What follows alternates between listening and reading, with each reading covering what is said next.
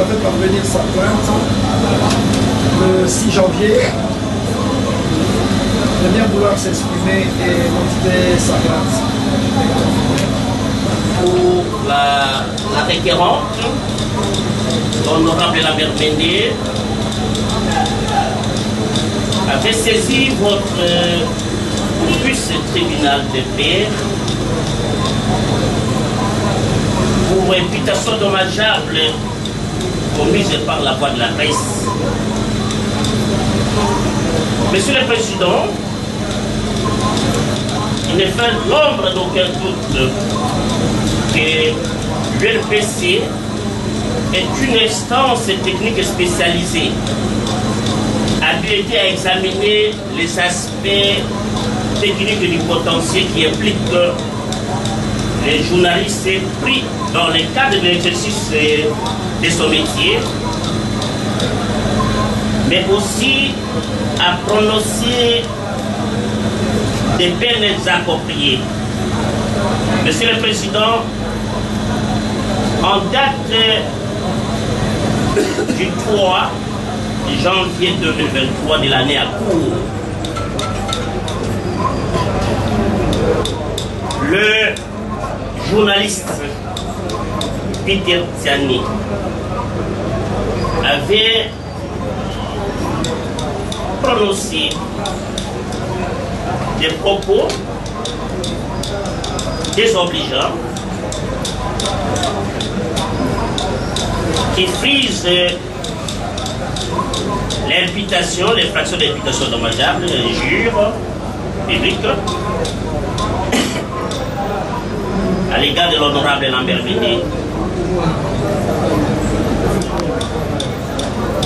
L'article 74 pour le code pénal, livre 2, pour que réfère la loi sur la presse pour qualifier et comprimer les infractions commises par les journalistes. Monsieur le Président,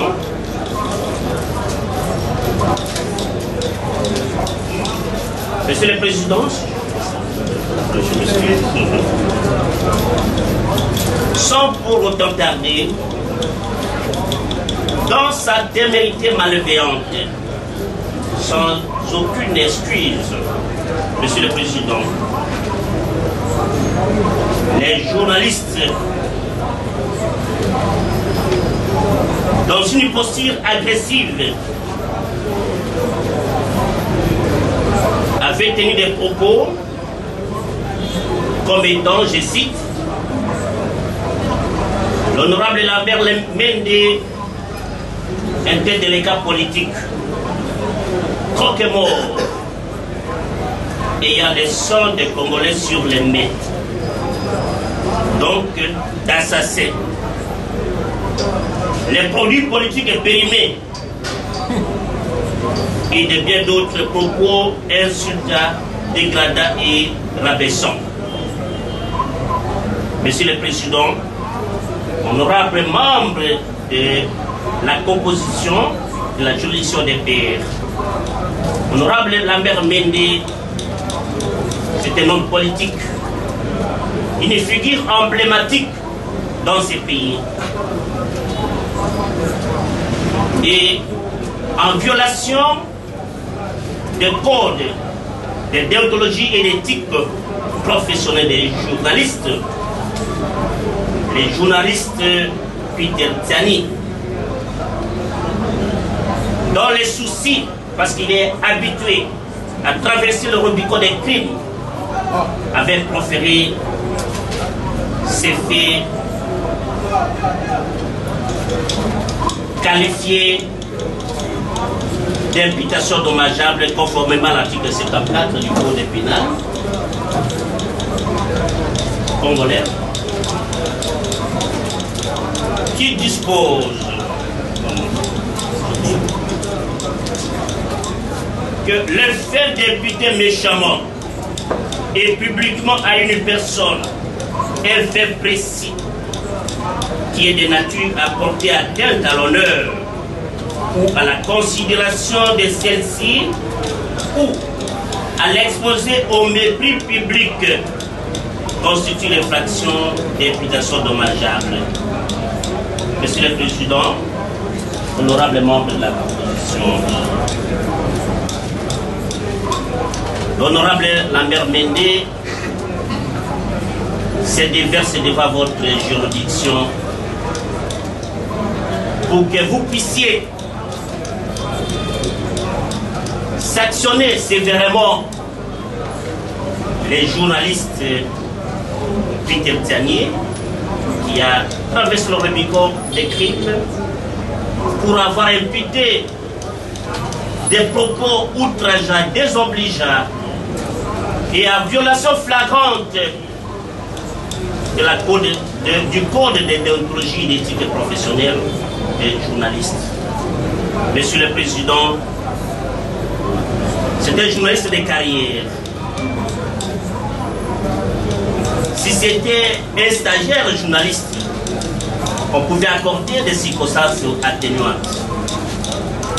Monsieur le Président, pour avoir tenu des propos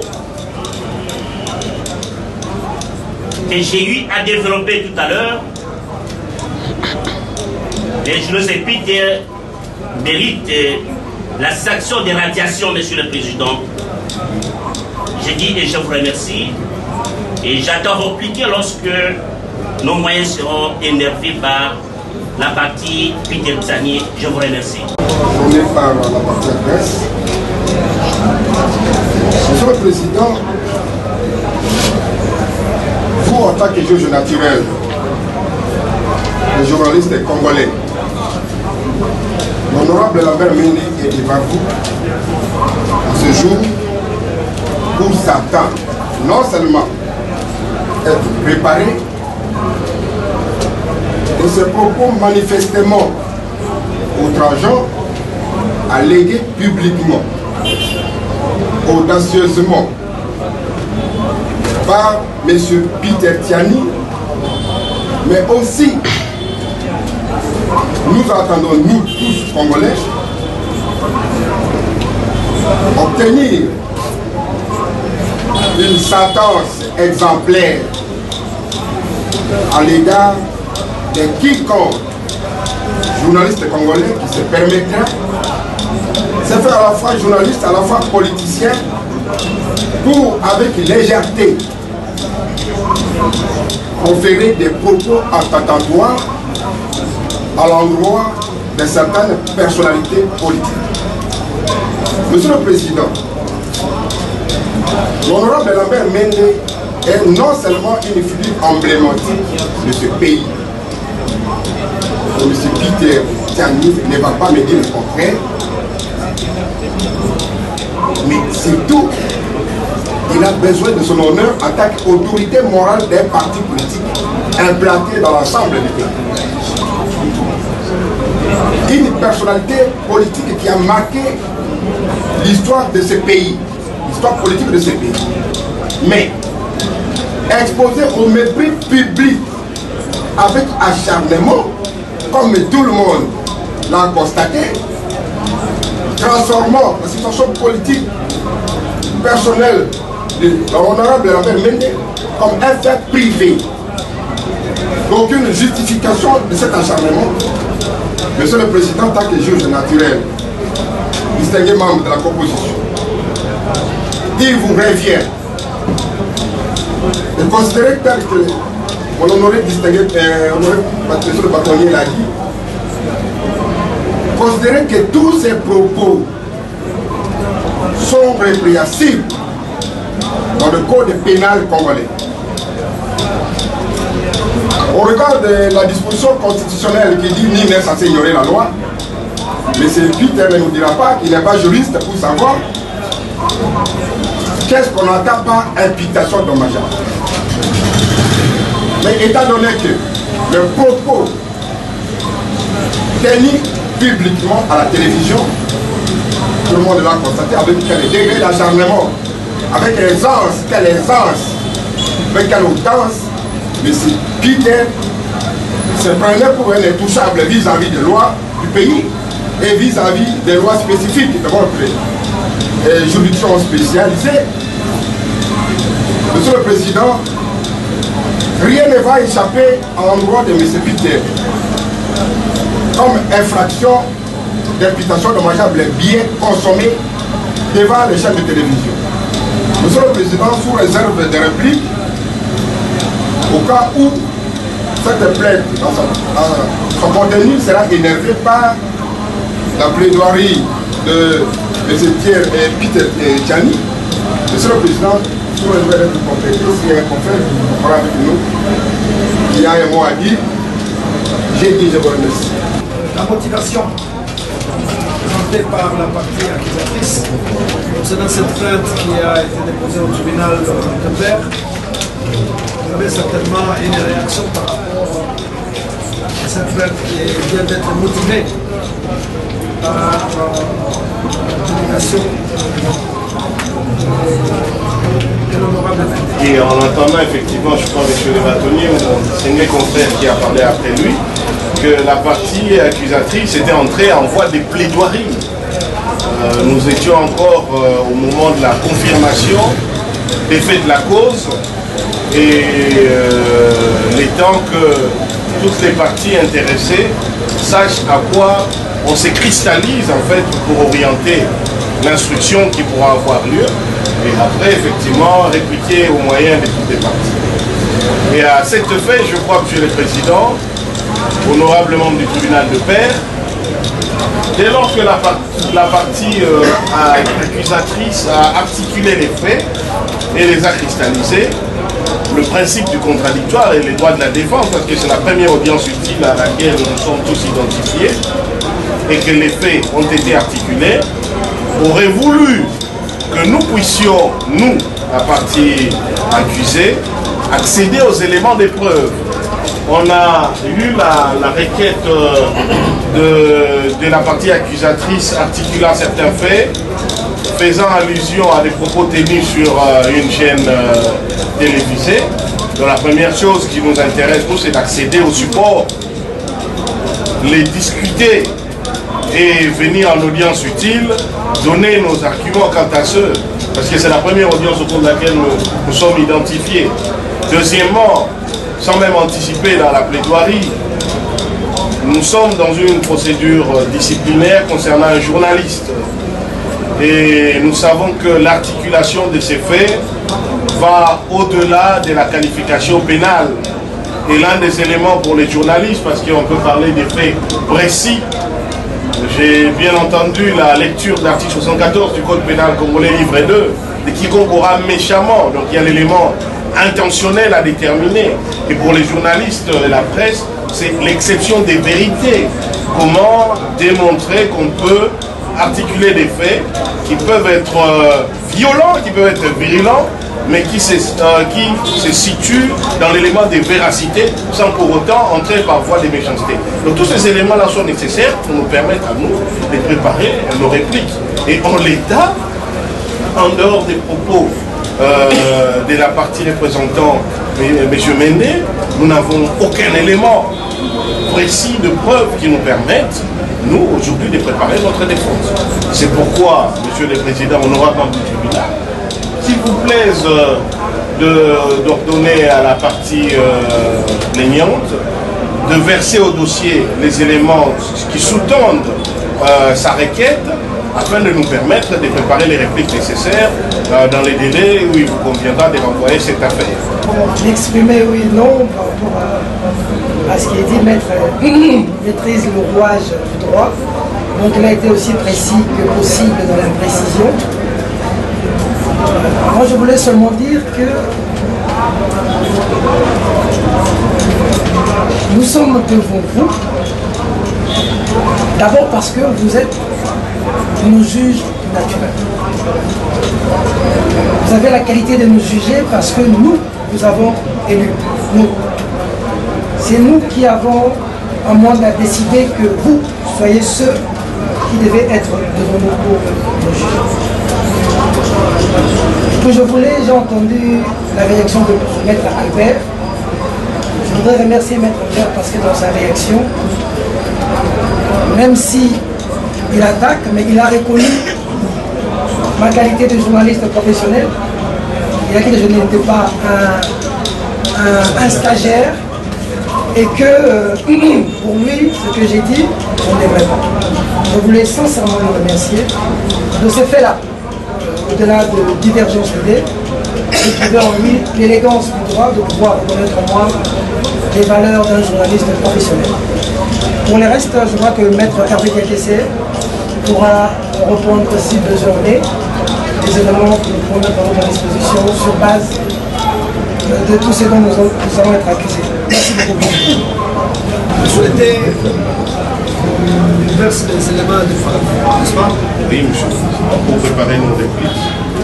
Vous nous avez convoqué à partir, normalement, c'est les délais hebdomadaires qui devraient nous permettre d'avoir à exercer nos droits de la défense.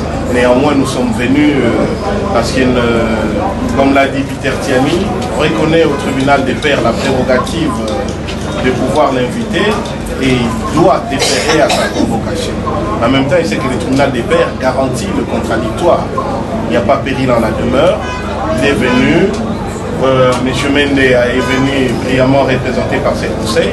Maintenant, nous entrons dans un débat loyal et courtois. Il faut aussi permettre à Peter Tiani d'organiser sa défense quant à ce. C'est la première audience, bien au contraire, lorsque Peter Tiani s'adresse à votre juridiction, c'est avec déférence. Donc, il se reconnaît d'autant plus votre justiciable qu'il est de ceux qui ont élu cette juridiction.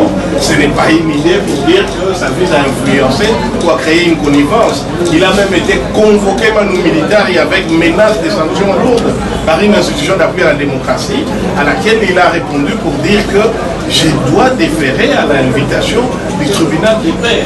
Tout ça démontre d'ailleurs que Urbi et Orbi, Peter Tiani a beaucoup de considérations et de respect devant votre juridiction.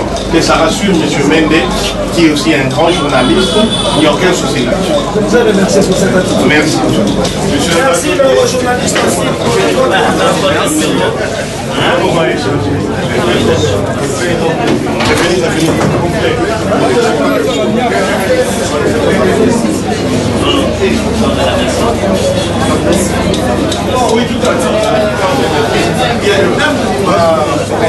Merci de nous avoir accompagnés à l'occasion de la première audience du tribunal des pairs dans l'affaire qui oppose mon client, le journaliste Peter Tiani, à M. Lambert Mende. Comme vous l'avez vu, Peter Tiani a déféré à l'invitation de la corporation pour rendre compte des faits qui lui sont reprochés par un citoyen congolais. Il ne s'est pas considéré au-dessus des lois. Il a répondu à l'invitation de son juge naturel. Nous devons aussi saluer le fait que M. Lambert Mende, par l'entremise de ses avocats, mes excellents confrères, ait aussi reconnu la compétence du tribunal des pairs en venant y comparaître pour soutenir leur plainte.